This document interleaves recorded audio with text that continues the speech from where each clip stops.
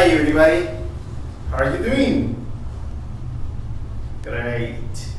Okay, today we're going to see simple present but negative and interrogative form. Here are the structures, but before seeing the structures, we're going to focus on this auxiliary. This is the auxiliary that we're going to use because we're not going to use to be. Yes? We're not going to use to be. We're going to use some other verbs that are not to be. Yes, we're going to focus on verbs that are not to be. Yes, simple present, yes. Negative and interrogative, of course.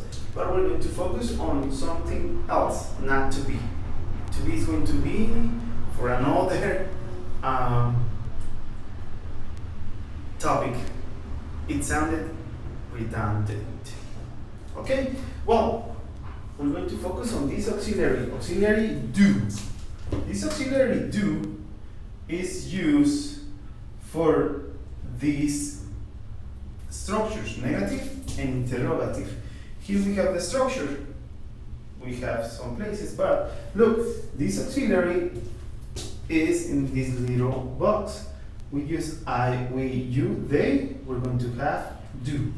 But when we use he, she, it, we're going to have does. Do and does. Okay? These auxiliaries are the ones that we're going to use. Also, we have do not and does not. Okay? It's very common that people, when speaking English, they don't use do not or does not. They do it, but it's not common. They use don't and they use doesn't. Yes, okay, we're going to use this don't and doesn't, and we're using negative. Okay? For the rest, we're going to use do and does. That's what I wanted to mention, okay? Sí, entonces como estamos viendo, simple present, negativo e interrogativo tienen un auxiliar que les va a ayudar a modificarlos. Este nos va a indicar si es negativo, si es interrogativo. Ok, este auxiliar, cuando es negativo, se usa do not, cuando estamos usando estas cuatro. Sí, pero se usa la short form, que es don't. Se usa does not cuando estamos usando he, she, or it. But we're going to use doesn't, okay? Una vez explicado esto, vamos a partir a lo que es nuestra explicación de cómo se debe estructurar. We're going to structure the sentences, but we're going to start from an affirmative sentence, and then we're going to turn it into negative and interrogative. You ready? Let's do this. Okay.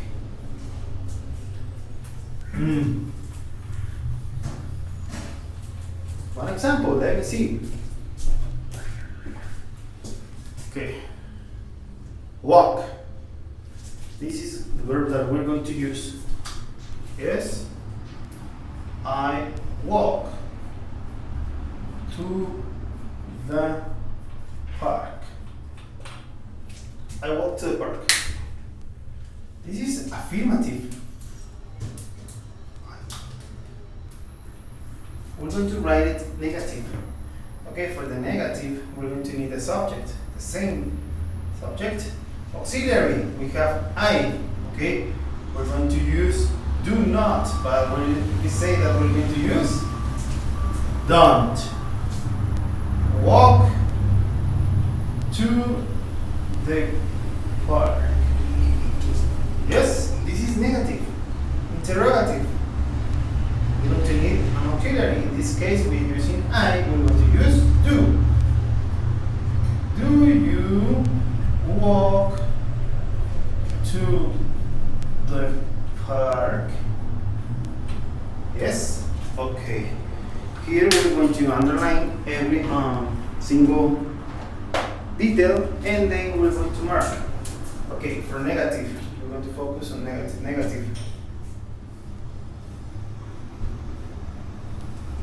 Interrogative.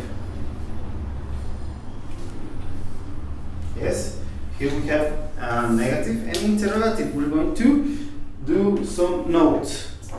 Okay, here we have subject, auxiliary plus not.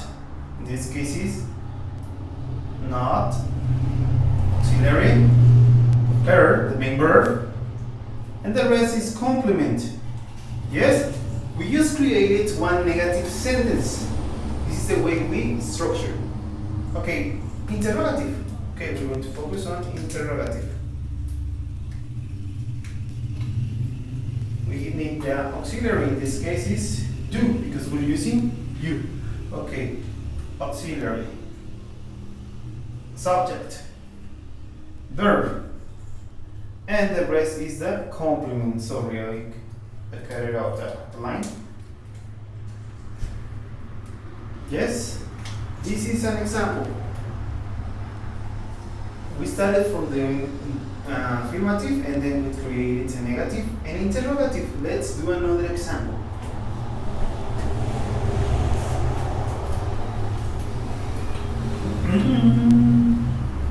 Mr. Garamillo tiene manita, no tiene manita, porque la tienes con una manita.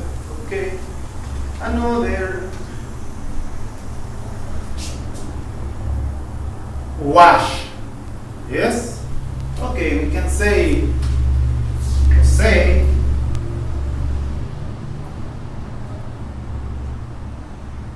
washes his car. Period. Okay. This sentence is affirmative. We're going to write negative and interrogative. Okay, let's start with the negative. We use Jose. We know that Jose is the subject. Yes? Instead of using Jose, we're going to use a subject pronoun. Es muy importante que cuando ya en una oración mencionaste a la persona, en las siguientes oraciones acerca de esa misma persona, utilices un pronombre de sujeto, que en este caso sería he, para José. Okay, we're going to use he instead of using Jose. Yes, that's very important when you're writing a biography, for example. Yes, okay. Negative. Subject, we said that we're going to use he. Auxiliary plus not, we're using he.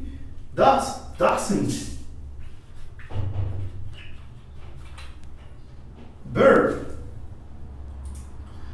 we're using washes, but we have washes, but we also have wash.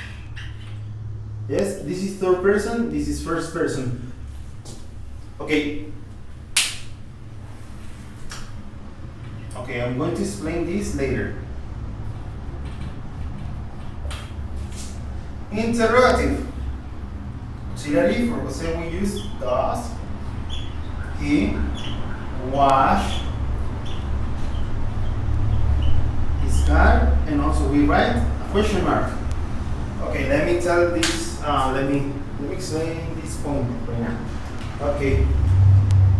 Cuando nosotros usamos el auxiliar does, doesn't, well, does, in this case it's doesn't because it's negative, or in this case it's does for the question, te convierte al verbo en tercer persona, o sea que no lo tienes que hacer en tercer persona auxiliar y luego en tercer persona, no.